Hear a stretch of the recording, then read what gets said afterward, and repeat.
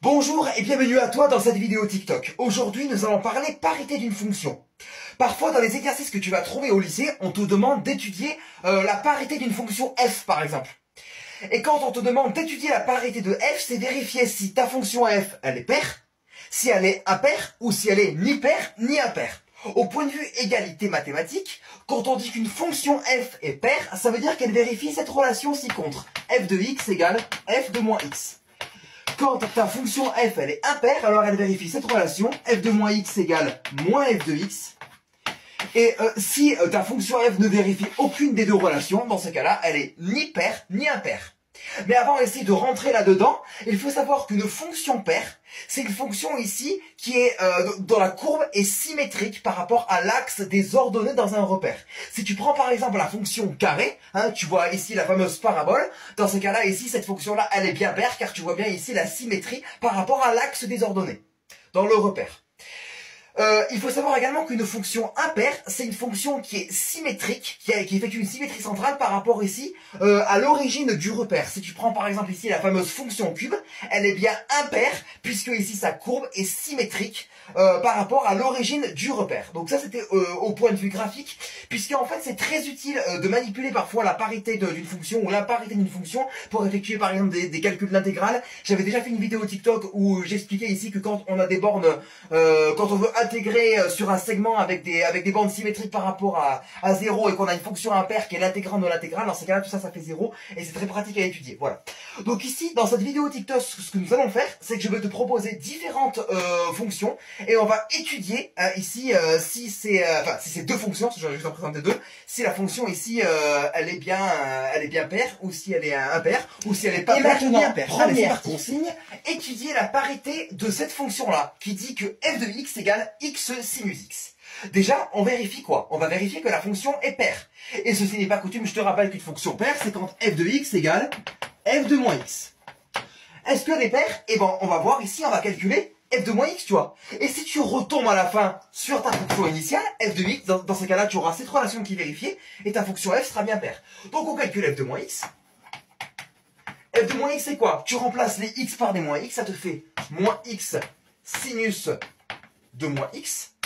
Or, d'après ton cours, tu sais que le sinus de moins x est égal à moins sinus de x, puisque la fonction sinus est impaire. Et donc ici, ça c'est égal à moins x fois moins sinus x. Tu vois clairement que les moins ils vont s'annuler avec des signes moins par moins, ça fait plus. Et te reste à la fin x sinus x. Et ça, tu vois clairement que c'est f de x.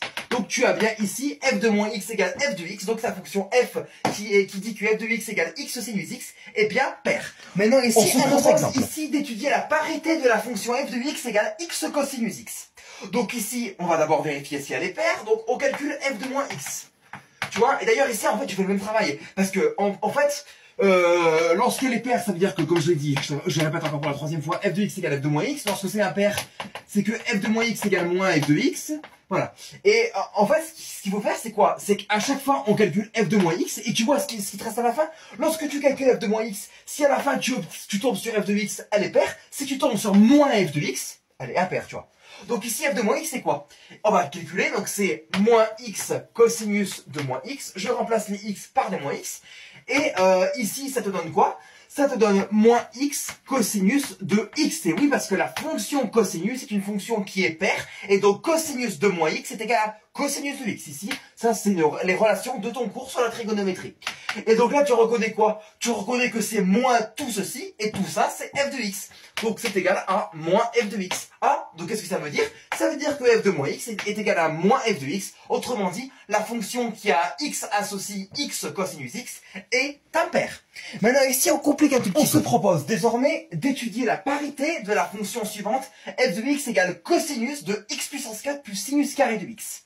Alors ici, on calcule f de moins x, on y va. F de moins x, on remplace tous les x par moins x, ça te fait cosinus de moins x le tout à la puissance 4, tu vois. Attention, voilà, attention, c'est pas comme ça, hein, c'est pas moins x puissance 4 ici, hein, parce que ton x, tu le remplaces par moins x, donc c'est tout x qui est à la puissance 4, et x ici vaut moins x, donc c'est tout moins x à la puissance 4, tu vois. Plus sinus carré de moins x. Là maintenant, on utilise le fait que le sinus de moins x est égal à moins sinus de x, puisque la fonction sinus est impaire. Et ici, le fait que convenu que 4 est une puissance paire, dans ces cas-là, moins x à la puissance 4, c'est pareil que x à la puissance 4, d'accord?